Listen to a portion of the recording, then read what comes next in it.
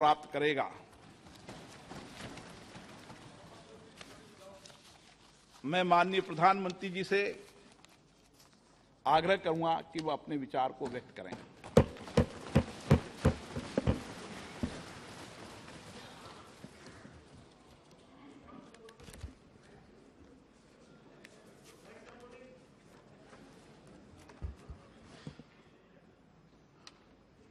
माननीय अध्यक्ष जी, देश की 75 वर्षों की संसदीय यात्रा, उसका एक बार पुनः स्मरण करने के लिए और नए सदन में जाने से पहले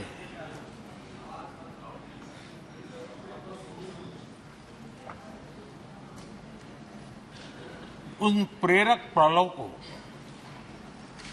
इतिहास की महत्वपूर्ण घड़ी को स्मरण करते हुए आगे बढ़ने का ये अवसर है। हम सब इस ऐतिहासिक भवन से विदा ले रहे हैं। आजादी के पहले ये सदन इंपीरियल लेजिस्लेटिव काउंसिल का स्थान हुआ करता था। आजादी के बाद ये संसद भवन के रूप में उसको पहचान मिली। ये सही है, इस इमारत के निर्माण करने का निर्णय विदेशी शासकों का था, लेकिन ये बात हम न कभी भूल सकते हैं और हम गर्व से कह सकते हैं कि इस भवन के निर्माण में पसीना मेरे देशवासियों का लगा था, परिश्रम मेरे देशवासियों का लगा था और पैसे भी मेरे देश के लोगों के।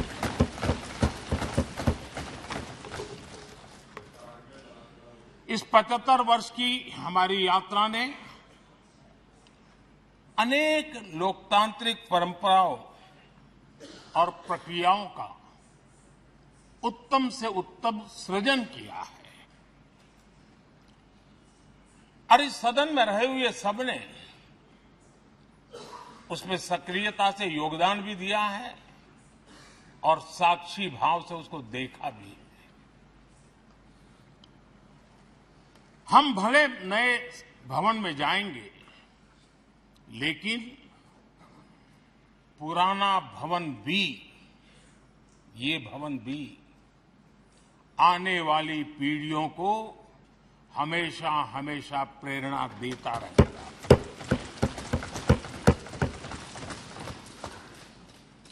ये भारत के लोकतंत्र की स्वर्णिम यात्रा का एक महत्वपूर्ण अध्याय,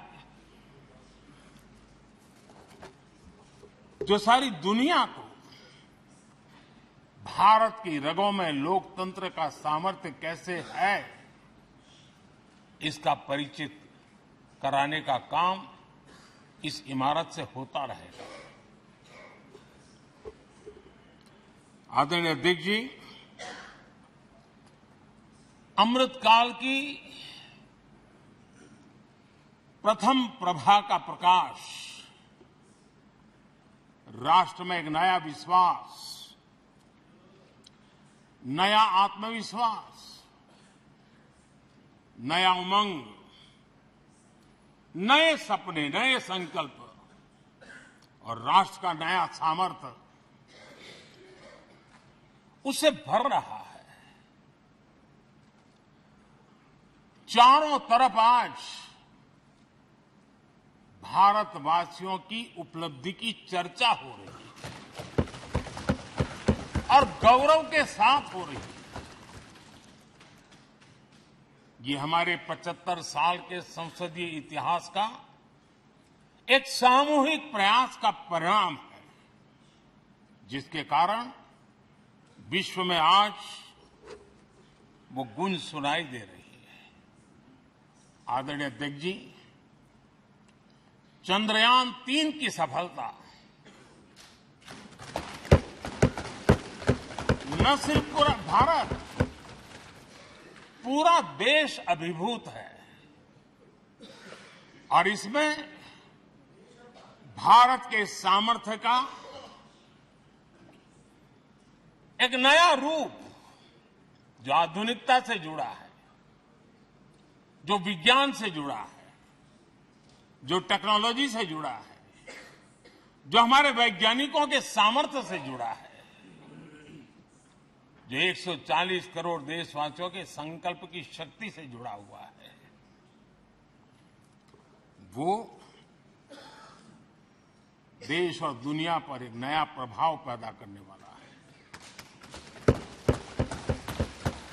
ये सदन और इस सदन के माध्यम से मैं फिर एक बार देश के वैज्ञानिकों और उनके साथियों को कोटि कोटि बधाइयां देता हूं, उनका अभिनंदन करता हूं।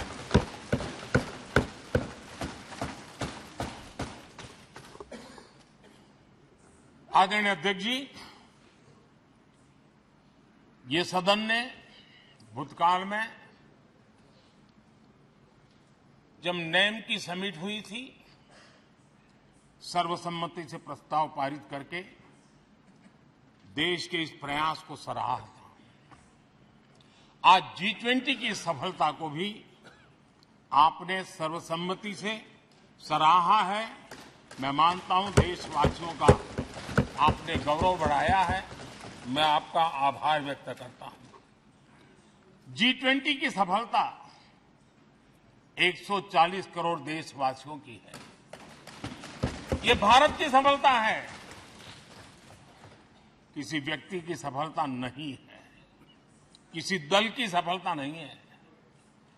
भारत के फेडरल स्ट्रक्चर ने, भारत की विविधता ने 60 स्थानों पर 200 से अधिक समिट और उसकी मेजबानी हिंदुस्तान के अलग अलग रंग रूप में देश की अलग अलग सरकारों ने बड़े आन बान शान से की और ये प्रभाव पूरे विश्व भर के मन पर पड़ा हुआ है। ये हम सबके सेलिब्रेट करने वाला विषय है, देश के गौरवगान को बढ़ाने वाला है। और जैसा आपने उल्लेख किया, भारत इस बात के लिए गर्व करेगा, जब भारत अध्यक्ष रहा उस समय अफ्रीकन यूनियन इसका सदस्य बना।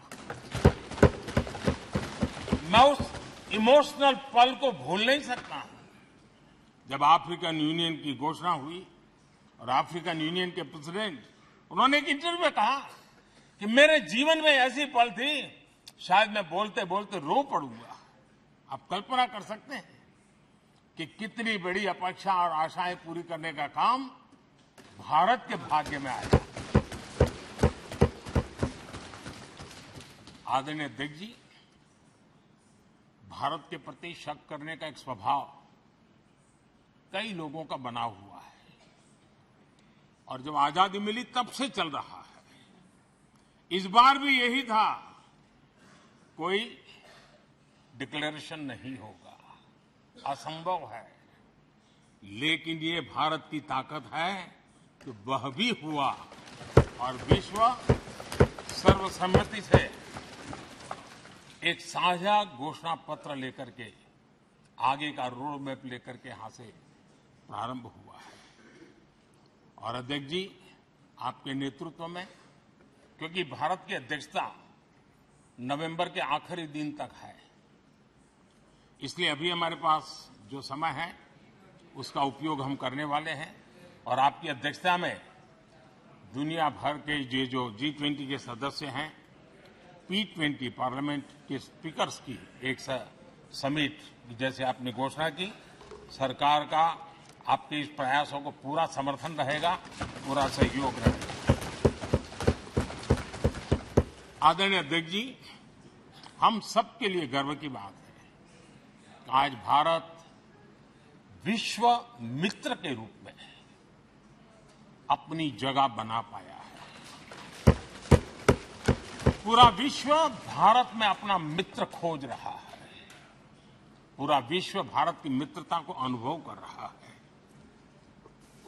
और उसका मूल कारण है हमारे जो संस्कार है, वेद से विवेकानंद तक जो हमने पाया है।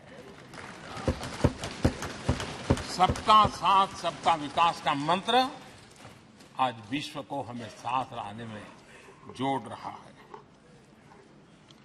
आदरणीय अध्यक्ष जी, ये सदन से विदाई लेना एक बहुत ही भावुक पल है। परिवार भी अगर पुराना घर छोड़कर के नए घर जाता है तो बहुत सारी यादें कुछ पल के लिए उसको झकझोर देती है। और हम जब ये सदन को छोड़ के जा रहे हैं तो हमारा मन मस्तिष्क भी उन भावनाओं से भरा हुआ है, अनेक यादों से भरा हुआ है। खट्टे मीठे अनुभव भी रहे हैं, नोकझोंक भी रही है, कभी संघर्ष का माहौल भी रहा है और कभी इसी सदन में उत्सव और उमंग का माहौल भी रहा है। ये सारी स्मृतियां हमारे साथ हम सबकी साझी स्मृतियां हैं। ये हम सबकी साझी विरासत है और इसलिए इसका गौरव भी हम सबका साझा है।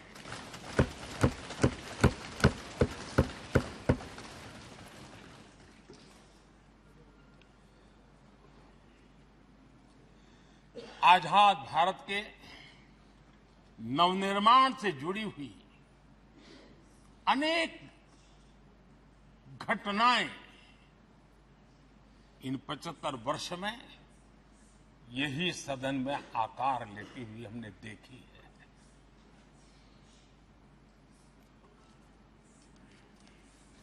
आज हम जब इस सदन को छोड़ करके नए सदन की ओर प्रस्थान करने वाले हैं तब भारत के सामान्य मानवीय की भावनाओं को जहां जो आदर मिला है, सम्मान मिला है, उसकी अभिव्यक्ति का भी एक अवसर है। और इसलिए आदरणीय अध्यक्ष जी, मैं पहली बार जब संसद का सदस्य बना और पहली बार एक सांसद के रूप में इस भवन में मैंने प्रवेश किया तो सहज रूप से मैंने इस संसद भवन के दौर पक्ति पर अपना शीश झुका करके इस लोकतंत्र के मंदिर को श्रद्धा भाव से नमन करते हुए मैंने पैर रखा था। वो पल मेरे लिए भावनाओं से भरी हुई थी। मैं कल्पना नहीं कर सकता था, लेकिन भारत के लोकतंत्र की ताकत है, भारत के सामान्य मानवीय की लोकतंत्र के प्रति श्रद्धा का प्रतिबिंब है कि रेलवे प्लेटफॉर्म पर गुजारा करने वाला एक गरीब परिवार का बच्चा पार्लियामेंट पहुंच गया।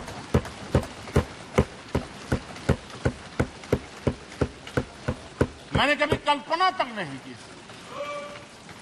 कि देश मुझे इतना सम्मान देगा, इतना आशीर्वाद देगा, इतना प्यार देगा। सोचा नहीं था अध्यक्ष जी। आदरणीय अध्यक्ष जी, हम में से बहुत लोग हैं जो संसद भवन के अंदर जो चीजें लिखी गई उसको पढ़ते भी रहते हैं, कभी कभी उसका उल्लेख भी करते हैं। हमारे यहाँ संसद भवन के प्रवेश द्वार पर एक छांदोग्य उपनिषद का एक वाक्य है, लोक द्वारम करके पूरा वाक्य है।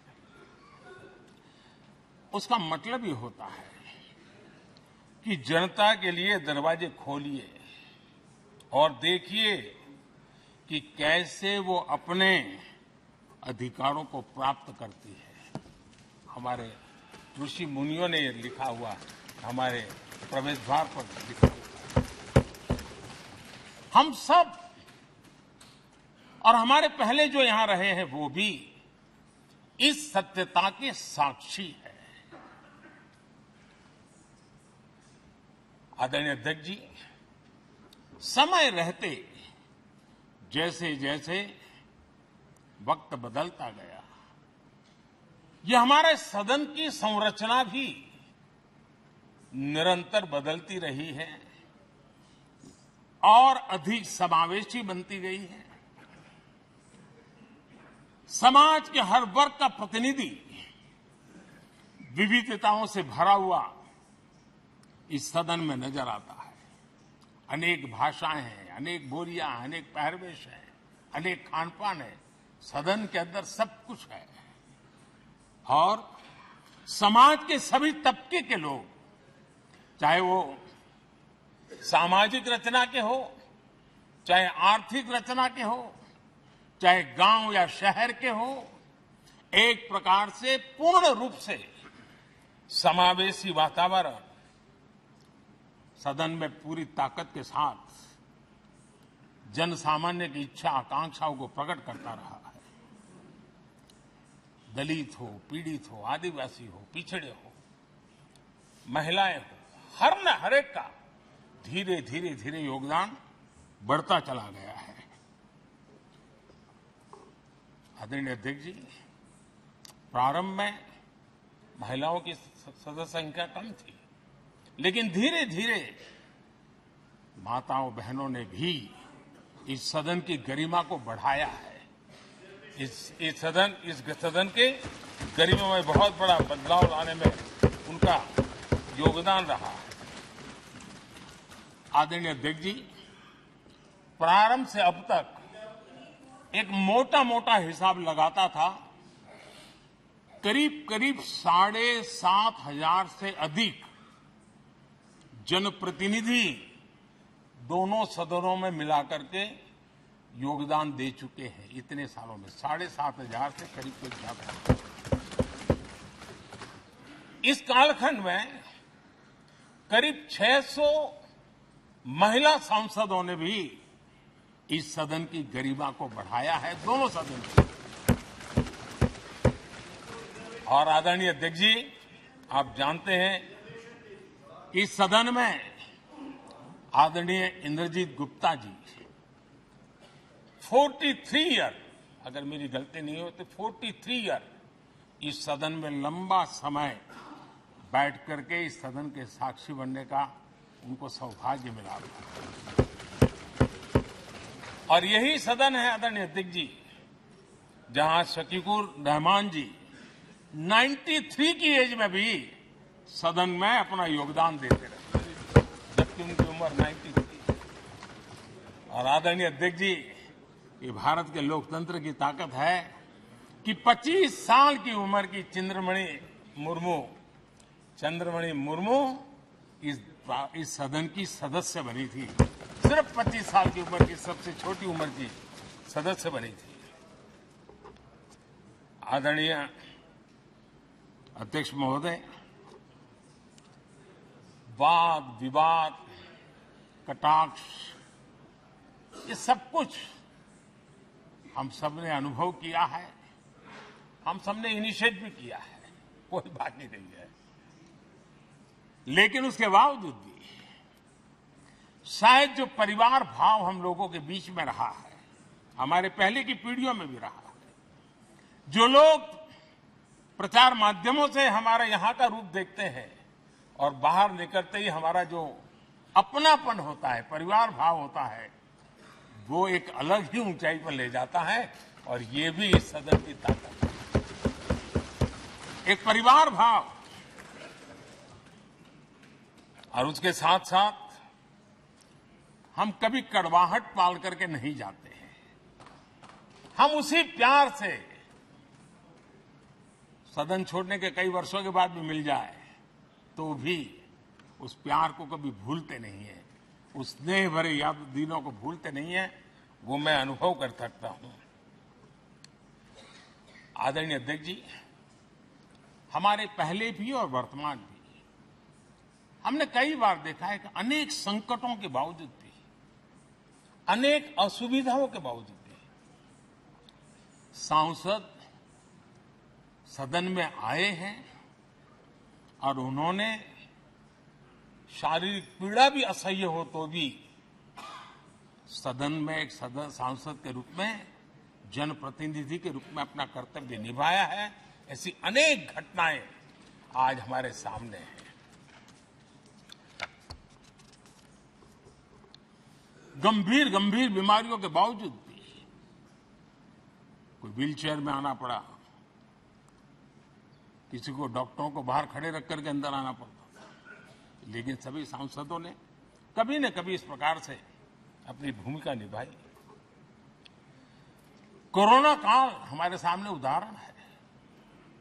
हर परिवार में रहता था कहीं बाहर जाए तो मौत को बुलावा न दे दे, उसके बावजूद भी हमारे माननीय सांसद दोनों सदन में कोरोना काल के इस संकट की घड़ी में भी सदन में आए, अपना कर्तव्य निभाया।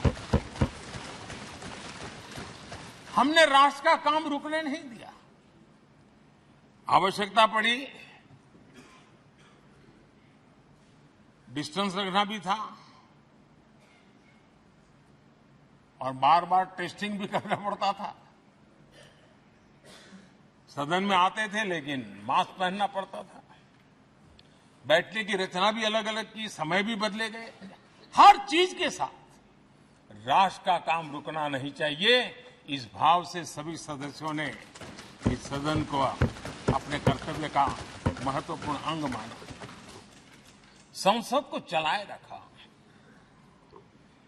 और मैंने देखा है कि इस सदन से इतना लगाव लोगों का रहता है कि पहले कभी हम देखते थे कोई 30 साल पहले सांसद रहा होगा, कोई 35 साल पहले रहा होगा, लेकिन वो सेंट्रल हॉल तो जरूर आएगा। जैसे मंदिर जाने की आदत होती है वैसे उनको सदन में आने की आदत है। इस जगह का लगाव बन जाता है, एक आत्मीय भाव से जुड़ाव हो जाता है। और ऐसे बहुत से पुराने लोग हैं जो आते जाते में मन करता है जरा चलो एक चक्कर काटते। आज उनका जनप्रतिनिधि के नाते दायित्व तो नहीं है, लेकिन भूमि के प्रति उनका लगाव हो जाता है। ये सामर्थ्य होता है इस सदन का। आदरणीय अध्यक्ष महोदय, आजादी के बाद बहुत बड़े बड़े विद्वान लोगों ने बहुत आशंकाएं व्यक्त की थी। पता नहीं देश का क्या होगा, चल पाएगा कि नहीं चल पाएगा, एक रहेगा कि बिखर जाएगा, लोकतंत्र बना रहेगा नहीं, 50। लेकिन इस देश की संसद की ताकत है कि पूरे विश्व को गलत सिद्ध कर दिया और ये राष्ट्र पूरे सामर्थ्य के साथ आगे बढ़ता रहा। और इस विश्वास से कि हम भले आशंकाएं होंगी, घने काले बादल होंगे, लेकिन सफलता प्राप्त करते रहेंगे। और ये हम सब लोगों ने, हमारी पुरानी पीढ़ियों ने मिलकर के इस काम को करके दिखाया है। इसका गौरवगान करने का ये अवसर है। आदरणीय अध्यक्ष जी, इसी भवन में 2 साल 11 महीने तक संविधान सभा की बैठकें हुई और उसने देश के लिए एक मार्गदर्शक जो आज भी हमें चलाता है, हमारे संविधान दिया। और 26 नवंबर 1949 को जो संविधान हमें मिला वो 26 जनवरी 1950 को लागू हुआ। इन 75 वर्षों में सबसे बड़ा जो अचीवमेंट है वो ये है कि देश के सामान्य मानवी का इस संसद पर विश्वास बढ़ता ही गया है। और लोकतंत्र की सबसे बड़ी ताकत यही है कि इस महान संस्था के प्रति, इस महान इंस्टीट्यूशन के प्रति, इस व्यवस्था के प्रति उनका विश्वास अटूट रहे, विश्वास उनका बना रहे। इन 75 वर्षों में हमारी संसद ने जन भावनाओं की अभिव्यक्ति का भवन भी बना दिया। यहां जन भावनाओं की पुरजोश अभिव्यक्ति और हम देखते हैं राजेंद्र बाबू से लेकर डॉक्टर कलाम, रामनाथ जी कोविंद और अभी द्रौपदी मुर्मू जी, इन सब के संबोधन का लाभ हमारे सदनों को मिला है, उनका मार्गदर्शन मिला है। आदरणीय अध्यक्ष जी, पंडित नेहरू जी, शास्त्री जी, वहां से लेकर के अटल जी, मनमोहन सिंह जी तक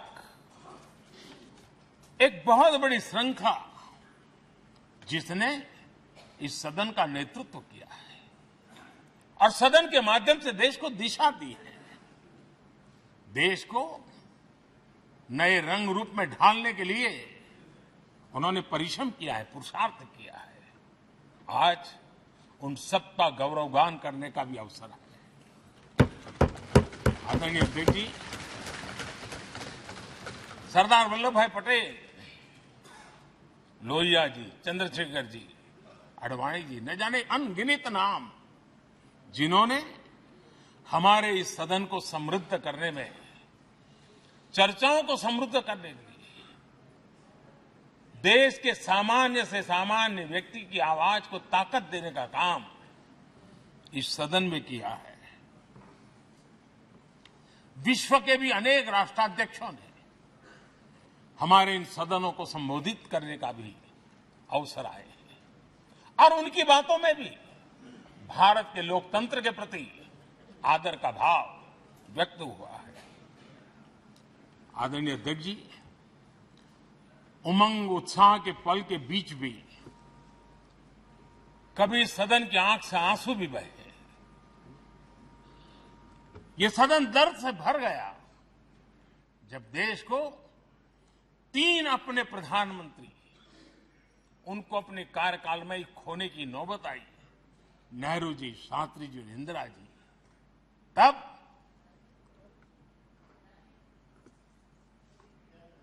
ये सदन अश्रुभीनी आंखों से उन्हें विदाई दे रहा था। आदरणीय अध्यक्ष जी, अनेक चुनौतियों के बावजूद भी हर स्पीकर ने, हर सभापति ने बेहतरीन तरीके से दोनों सदनों को सुचारू रूप से चलाया है और अपने कार्यकाल में उन्होंने जो निर्णय किए वो निर्णय मावलंकर जी से काल से शुरू हुए हो या सुमित्रा जी के कालखंड के हो या बिरला जी के, आज भी उन निर्णयों को रेफरेंस पॉइंट माना जाता है। ये काम हमारे करीब 17 स्पीकर और उसमें 2 हमारी महिला स्पीकर ने भी, और मावलंकर जी से लेकर के सुमित्रा ताई तक और बिरला जी का मार्गदर्शन आज भी हमें मिल रहा है। हर एक ने अपनी अपनी शैली रही है, लेकिन उन्होंने सबको साथ लेकर के नियमों कानूनों के बंधन में इस सदन को हमेशा ऊर्जावान बनाए रखा है। मैं आज उन सभी स्पीकर महोदय को भी आज वंदन करता हूं, अभिनंदन करता हूं। आदरणीय अध्यक्ष जी, ये सही है कि हम जनप्रतिनिधि अपनी अपनी भूमिका निभाते हैं, लेकिन सातत्यपूर्ण तरीके से हमारे बीच जो ये टोली बैठती है उनकी भी कई पीढ़ियां बदल गई है। कभी कागज लेके दौड़ के आते हैं, उनका भी योगदान कम नहीं है।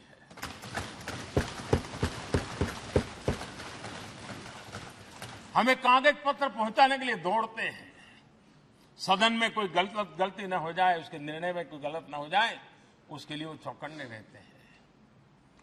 जो काम इनके द्वारा हुआ है उसने भी सदन के क्वालिटी ऑफ गवर्नेंस में तेजी लाने में बहुत बड़ी मदद की है। मैं उन सभी साथियों का और इनके पूर्व में जो रहे हैं उनका भी हृदय से अभिनंदन करता हूं। इतना ही नहीं, सदन मतलब ये खंड ही नहीं है। इस पूरे परिसर में अनेक लोगों ने, किसी ने हमें चाय पिलाई होगी, किसी ने पानी पिलाया होगा, किसी ने रात रात चली हुई सदन को किसी को भूखा पेट रहने नहीं दिया होगा। कई प्रकार की सेवाएं की होगी। किसी ने माली ने इसके बाहर के एनवायरनमेंट को संभाला होगा, किसी ने इसकी सफाई की होगी। न जाने कितने ही अनगिनत लोग होंगे जिन्होंने हम सब अच्छे ढंग से काम कर सके, और यहां जो काम हो वो काम देश को आगे बढ़ाने के लिए अधिक से अधिक तेजी से हो, उसके लिए जो माहौल बनाना, व्यवस्था बनाना, उसके लिए जिसने योगदान दिया है, मेरी तरफ से भी और इस सदन की तरफ से भी मैं उनका विशेष रूप से नमन करता हूं।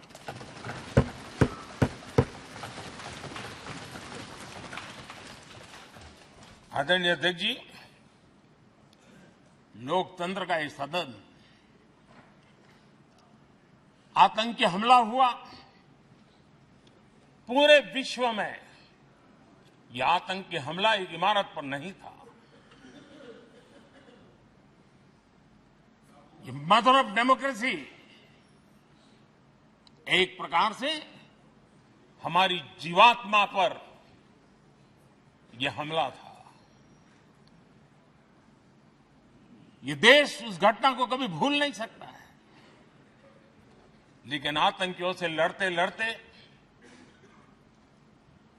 सदन को बचाने के लिए और हर सदस्य को बचाने के लिए जिन्होंने अपने सीने पर गोलियां झेली, आज मैं उनको भी नमन करता हूं। हमारे बीच नहीं है, लेकिन उन्होंने बहुत बड़ी रक्षा की है। आदरणीय अध्यक्ष जी, जब आज हम इस सदन को छोड़ रहे हैं, तब मैं उन पत्रकार मित्रों को भी याद करना चाहता हूं जिन्होंने जीवन में,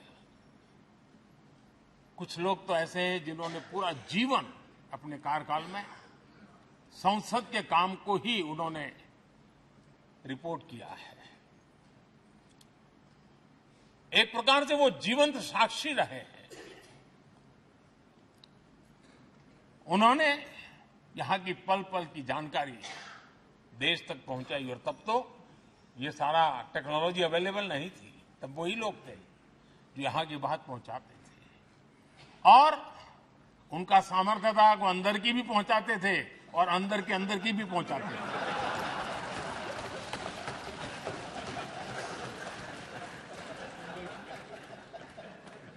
और मैंने देखा कि ऐसे पत्रकारिता जिन्होंने संसद को कवर किया, शायद उनके नाम जाने नहीं जाते होंगे, लेकिन इनके काम को कोई भूल नहीं सकता है। और खबरों को लिए नहीं, भारत की इस विकास यात्रा को संसद भवन से समझने के लिए उन्होंने अपनी शक्ति खपा दी थी। आज भी पुराने जो पत्रकार मित्र मिल जाते हैं और जिन्होंने कभी संसद को कवर किया हो, तो ऐसी अननोन चीजें बताते हैं जो उन्होंने अपनी आंखों से देखी होती, कान से सुनी होती है, जो अचरज करने वाली होती है। यानी एक प्रकार से जैसी ताकत यहां की दीवारों की रही है, वैसा ही दर्पण उनकी कलम में रहा है, और उस कलम ने देश के अंदर संसद के प्रति, संसद सदस्यों के प्रति एक अहोभाव का भाव जगाया है। मैं आज कई पत्रकार बंधु होंगे जो रहे नहीं होंगे, लेकिन मेरे लिए जैसा ये सदन छोड़ना भावुक पल है, मैं पक्का मानता हूं इन पत्रकार बंधुओं के लिए भी ये सदन छोड़ना उतना ही भावुक पल होगा, क्योंकि इनका लगाव हमसे भी ज्यादा रहे। कुछ तो पत्रकार ऐसे होंगे जो हम लोगों की टर्म से भी समय उन्होंने काम किया होगा। आज उनके उस महत्वपूर्ण लोकतंत्र की ताकत बनने के लिए योगदान देने के लिए भी याद करने का अवसर है। आदरणीय अध्यक्ष जी, जब हम सदन के अंदर आते हैं, हमारे यहां नाद ब्रह्म की कल्पना है। हमारे शास्त्रों में माना गया है किसी एक स्थान पर अनेक बार एक ही लय में उच्चारण होता है तो वो तपोस्थली बन जाता है, उसके एक पॉजिटिव वाइब होते हैं। नाद की एक ताकत होती है जो स्थान को सिद्धि स्थान में परिवर्तित कर देती है। मैं मानता हूं ये सदन भी उस 7,500 हजार जनप्रतिनिधियों के द्वारा बार बार जो शब्द गूंजे हैं, जो वाणी यहां गूंजी है, उसने इस सदन में हम बैठकर आगे चर्चा करें या ना करें, लेकिन इसकी गूंज इसे तीर्थ क्षेत्र बना देती है।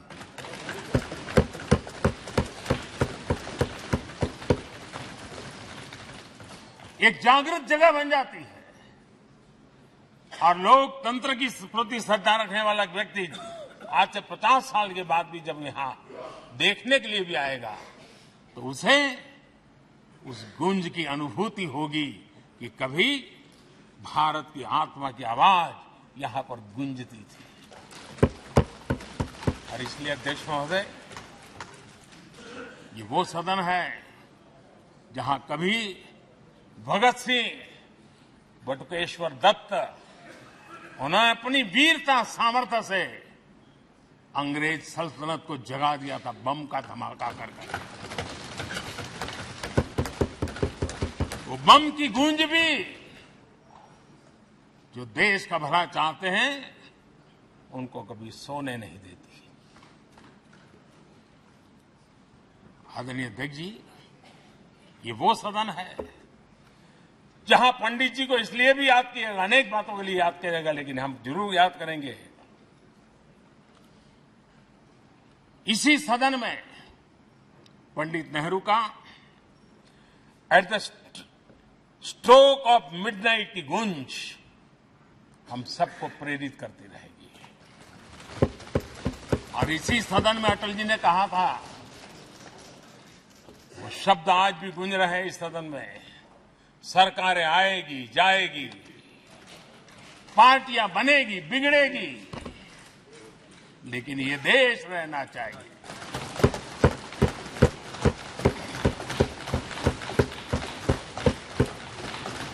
आदरणीय अध्यक्ष जी, पंडित नेहरू की जो प्रारंभिक मंत्री परिषद थी, बाबा साहब आंबेडकर जी एक मंत्री के रूप में दुनिया की बेस्ट प्रैक्टिसेस भारत में लाने पर बहुत जोर दिया करते थे। फैक्ट्री कानून में अंतर्राष्ट्रीय सुझावों को शामिल करने पर बाबा साहब सर्वाधिक आग्रही रहे थे और उसका परिणाम आज देश को लाभ मिल रहा है। बाबा साहब आंबेडकर ने देश को नेहरू जी की सरकार में वाटर पॉलिसी दी थी और उस वाटर पॉलिसी बनाने में बाबा साहब आंबेडकर की बहुत बड़ी भूमिका रही थी। आदरणीय अध्यक्ष जी, हम ये जानते हैं कि भारत में बाबा साहब आंबेडकर एक बात हमेशा कहते थे कि भारत में सामाजिक न्याय के लिए भारत का औद्योगिकरण होना बहुत जरूरी है, क्योंकि देश के दलित पिछड़ों के पास जमीन ही नहीं है, वो क्या करेगा? औद्योगिकरण होना चाहिए। और बाबा साहब इस बात को मान करके डॉक्टर श्यामा प्रसाद मुखर्जी, जो पंडित नेहरू के मंत्री थे, उन्होंने इस देश में और पहले वाणिज्य मंत्री के रूप में और उद्योग मंत्री के रूप में उन्होंने इंडस्ट्री पॉलिसी इस देश में लाई थी। आज भी कितनी ही इंडस्ट्री पॉलिसी बने, लेकिन उसकी आत्मा वही होती है जो पहली सरकार के थी और उनका भी बहुत बड़ा अहम योगदान रहा था। आदरणीय अध्यक्ष जी, लाल बहादुर शास्त्री जी ने 65 के युद्ध में हमारे देश के जवानों में का हौसला बुलंद करना, उनके सामर्थ्य के लिए को पूरी तरह राष्ट्र हित में झोंक देने की प्रेरणा इसी सदन में से दी थी लाल बहादुर शास्त्री को। और यहीं पर उन्होंने ग्रीन रिवॉल्यूशन के लिए एक मजबूत नींव लाल बहादुर शास्त्री जी ने रखी थी। आदरणीय अध्यक्ष जी, बांग्लादेश की मुक्ति का आंदोलन और उसका समर्थन भी इसी सदन ने इंदिरा गांधी के नेतृत्व में किया था।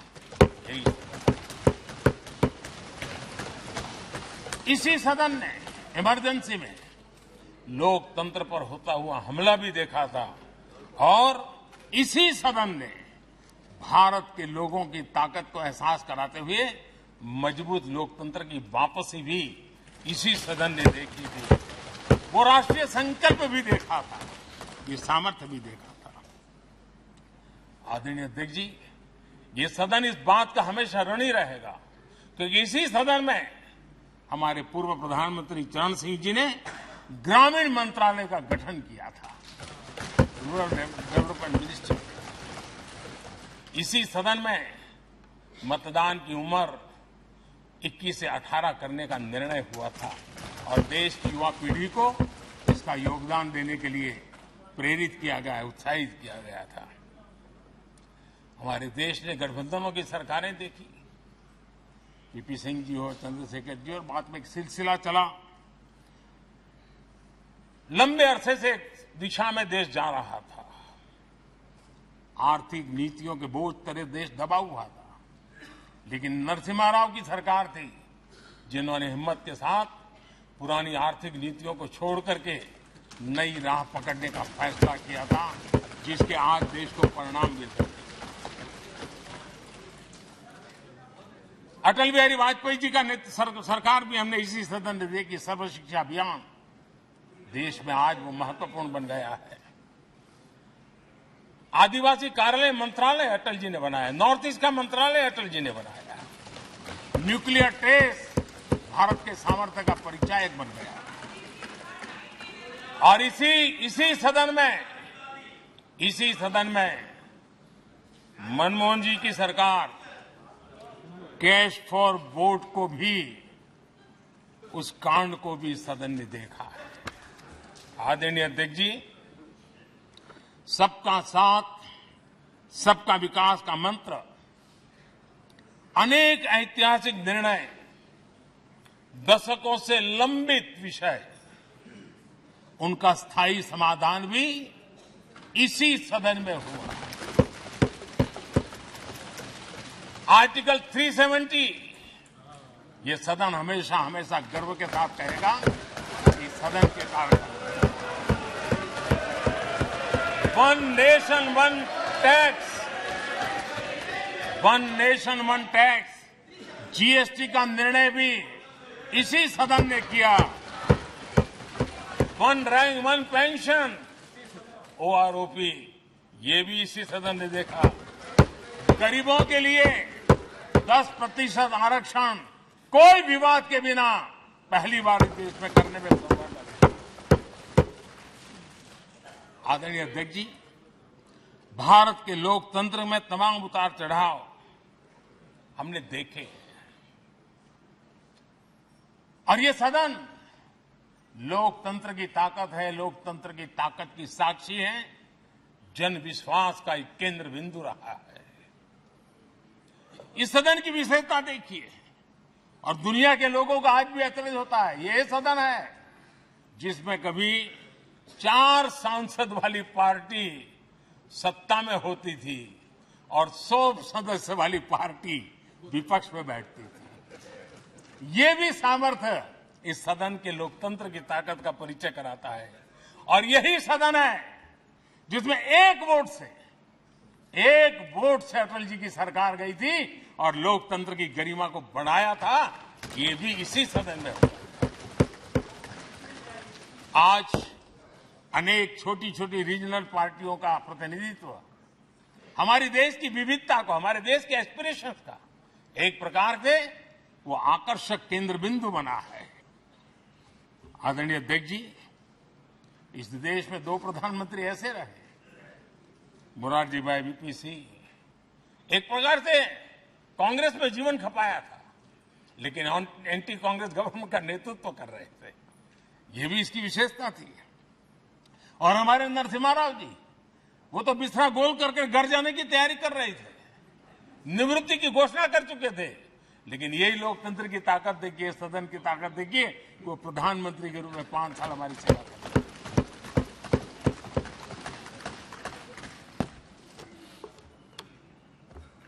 आदरणीय अध्यक्ष जी, सबकी सहमति से कठिन कार्य होते हुए हमने देखे हैं। 2000 की साल थी, अटल जी की सरकार थी। इसी सदन ने 3 राज्यों का गठन सर्वस्वीकृति से किया और बड़े उमंग उत्साह से किया। जब छत्तीसगढ़ की रचना हुई तो उत्सव छत्तीसगढ़ ने भी मनाया, उत्सव मध्य प्रदेश ने भी मनाया।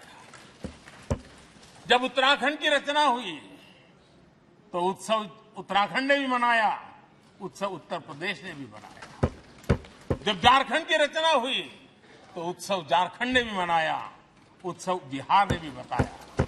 ये हमारे सदन का सामर्थ्य, सब सहमति का वातावरण बना करके। लेकिन कुछ कड़वी यादें वो भी हैं कि तेलंगाना के हक को दबोचने के लिए भारी प्रयास हुए, खून की नदियां भी बही, और बनने के बाद न तेलंगाना उत्सव मना पाया, न आंध्र उत्सव मना पाया। एक कटुता के बीज बो दिए गए। अच्छा होता उसी उमंग और उत्साह के साथ हम तेलंगाना का निर्माण करते तो एक नई ऊंचाई पर आज तेलंगाना पहुंच चुका होता। आदरणीय अध्यक्ष जी, संविधान सभा ने, आदरणीय अध्यक्ष जी, इस सदन की परंपरा रही है। संविधान सभा ने उस समय अपना दैनिक भत्ता 45 रुपये से कम करके 40 कर दिया था। उनको लगा हमें इसको कम करना चाहिए।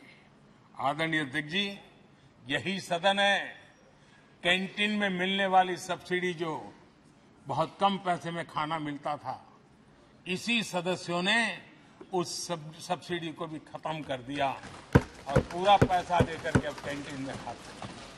आदरणीय अध्यक्ष जी, कोरोना काल में जब जरूरत पड़ी तो यही सांसद जिन्होंने एमपी लेड फंड को छोड़ दिया और देश को इस संकट की घड़ी में मदद करने के लिए आगे आए। इतना ही नहीं, कोरोना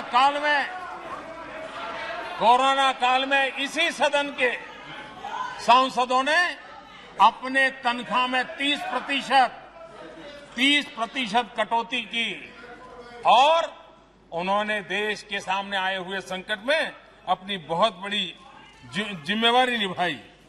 आदरणीय अध्यक्ष जी, हम गर्व से कह सकते हैं, ये सदन में बैठे हुए लोग भी कह सकते हैं, हमारे पूर्वज जो सदन में बैठे थे वो भी कह सकते हैं कि हम ही लोग हैं जिन्होंने हम पर डिसिप्लिन लाने के लिए हमारे यहां जनप्रतिनिधित्व कानून में समय समय पर कठोरता बरती। नियम हमने ही लादे, हमने ही तय किया कि नहीं, जनप्रतिनिधि के जीवन में ये नहीं हो सकता। मैं मानता हूं ये जीवंत लोकतंत्र का बहुत बड़ा उदाहरण है और ये सदन ने दिया है, यही माननीय सांसदों ने दिया है और हमारी पुरानी पीढ़ी के सांसदों ने दिया है। और मैं मानता हूं कि कभी कभी उन चीजों को भी याद करना चाहिए। आदरणीय अध्यक्ष जी, हम जो वर्तमान सांसद हैं उनके लिए तो ये विशेष सौभाग्य का अवसर है। सौभाग्य का अवसर इसलिए है कि हमें इतिहास और भविष्य दोनों की कड़ी बनने का अवसर देता है।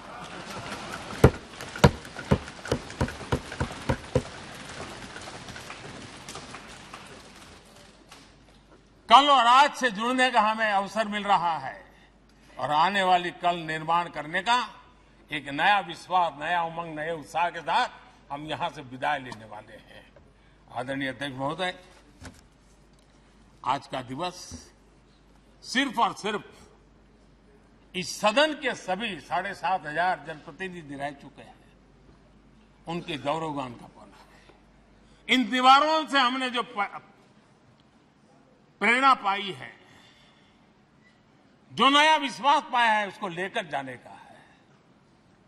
बहुत सी बातें ऐसी थी जो सदन में हर किसी की ताली की हकदार थी, लेकिन शायद राजनीति उसमें भी आड़े आ रही।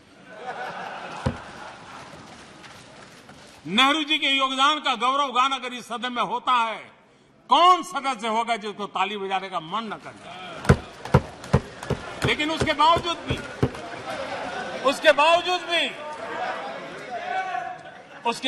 भी देश के लोकतंत्र के लिए बहुत जरूरी है हम सब ने अपने यहां सोच लें। आदरणीय अध्यक्ष जी, मुझे पूरा विश्वास है कि आपके मार्गदर्शन में और इस अनुभवी माननीय सांसदों के सामर्थ्य से हम नई संसद में जब जाएंगे तो नए विश्वास के साथ जाएंगे। मैं फिर एक बार, आज पूरा दिवस आपने इन पुरानी स्मृतियों को ताजा करने के लिए दिया, एक अच्छे वातावरण में सबको याद करने का मौका दिया। इसके लिए मैं आप सबका, आपका हृदय से आभार व्यक्त करता हूं और मैं सभी सदस्यों से आग्रह करूंगा कि अपने जीवन की ऐसी मधुर यादों को यहां हम जरूर व्यक्त करें, ताकि देश तक पहुंचे कि सचमुच में ये हमारा सदन, ये हमारे जनप्रतिनिधियों की गतिविधि सच्चे अर्थ में देश को समर्पित है। इसका भाव लोगों के तक पहुंचे, इसी एक अपेक्षा के साथ मैं फिर एक बार इस धरती को प्रणाम करता हूं, इस सदन को प्रणाम करता हूं। भारत के मंदिरों से बनी हुई हर एक दीवार के हर एक ईंटे को प्रणाम करता हूं और पिछले 75 साल में भारत के लोकतंत्र को नया सामर्थ्य शक्ति देने वाले हर गुंज को, उस नाद ब्रह्म को नमन करते हुए मेरी वाणी को विराम कर देता हूं। बहुत बहुत धन्यवाद। माननीय सदस्यगण, माननीय प्रधानमंत्री जी ने इस सदन की सीख, अनुभव, यहाँ की प्रेरणा, यहाँ की गूंज के बारे में व्यक्त किया है। मैं ये अपेक्षा करूंगा कि आज का दिन इसी तरीके से सकारात्मक वातावरण में हम चर्चा करें, सकारात्मक विषय रखें और जो कुछ भी यहाँ से सीखा है, हमारे पूर्वजों ने जो कुछ भी इस देश को, लोकतंत्र को दिया है, उसके बारे में सकारात्मक विचार रखें। आप सभी को बहुत बहुत धन्यवाद। अधीर रंजन चौधरी जी। प्रधानमंत्री को